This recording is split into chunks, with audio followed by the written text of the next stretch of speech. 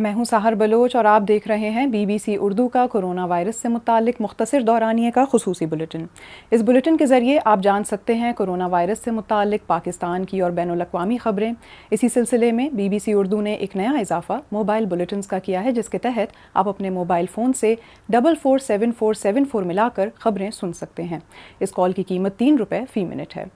Bulletin کی جانب بڑھتے ہیں اور شامل کرتے ہیں پاکستان سے خبریں۔ پاکستان میں 3 ماہ کے بعد کووڈ کے یومیہ اعداد و شمار میں 1000 نئے کیسز کا اضافہ ہوا ہے، جبکہ پچھلے 24 گھنٹوں کے دوران 20 اموات رپورٹ ہوئی ہیں۔ پچھلے کچھ دنوں سے پاکستان میں حکام اس جانب توجہ مرکوز کرانے کی کوششوں میں مصروف عمل ہیں کہ ملک میں کووڈ سے متاثرہ افراد کی تعداد میں اضافہ ہو رہا ہے۔ اب اسی کے بارے میں سندھ کے وزیر اعلیٰ سید مراد علی شاہ نے صوبے میں کووڈ کے بڑھتے ہوئے کیسز کے پیش نظر لوگوں کو محتاط رہنے اور پابندیوں پر عمل کرنے کا کہا ہے۔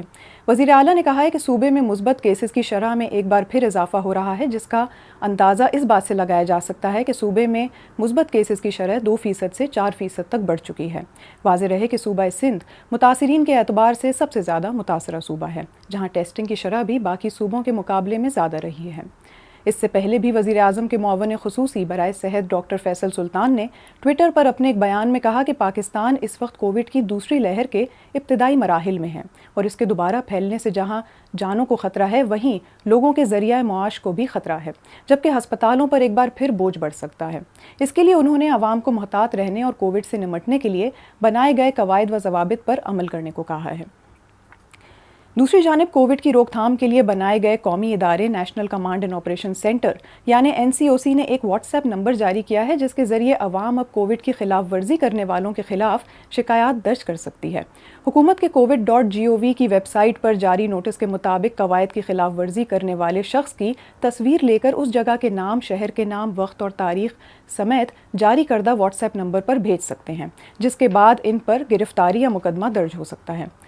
اب اگر ملک بھر میں کورونا وائرس کی اجتماعی صورتحال دیکھیں تو اس وقت کووڈ سے متاثر ہونے والوں کی تعداد 3,32,000 ہو چکی ہے، جبکہ کووڈ سے 6,795 اموات رپورٹ ہوئی ہیں۔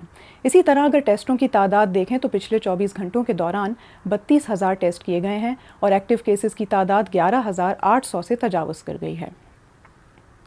اب اگر دنیا بھر کی صورتحال کا جائزہ لے تو ایک طرف مختلف ممالک میں کووڈ کی دوسری لہر رپورٹ کی گئی ہے، جبکہ بہت سے ممالک میں ایک بار پھر لاک ڈاؤن نافذ کیا جا رہا ہے۔ اگر انڈیا کی جانب دیکھیں تو اس وقت وہاں پر متاثرین کی مجموعی تعداد 80 لاکھ تک پہنچ چکی ہے، جبکہ 2 روز پہلے وہاں یومیہ متاثرین کی تعداد 49,000 رہی ہے۔ واضح رہے کہ انڈیا اس وقت دنیا کا دوسرا سب سے زیادہ متاثرہ ملک ہے۔ براعظم افریقہ میں ماہرین کے مطابق کووڈ کیسز پر قابو پا لیا گیا ہے، جو کہ ایک حیران کن امر اس لیے بھی خیال کیا جا رہا ہے کیونکہ افریقہ میں 1 ارب تک کی آبادی میں صرف 15 لاکھ متاثرین سامنے آئے ہیں۔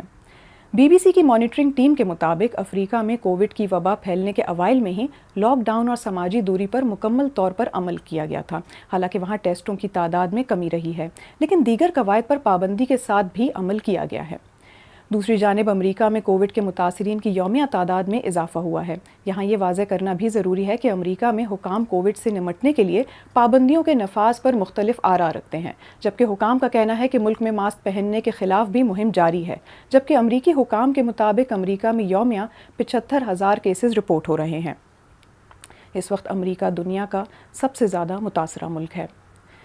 دنیا بھر میں اس وقت کووڈ سے متاثرہ افراد کی اگر تعداد دیکھیں تو وہ 4,49,00,000 تک پہنچ چکی ہے، جبکہ اس سے 11,80,000 اموات ریکارڈ کی گئی ہیں۔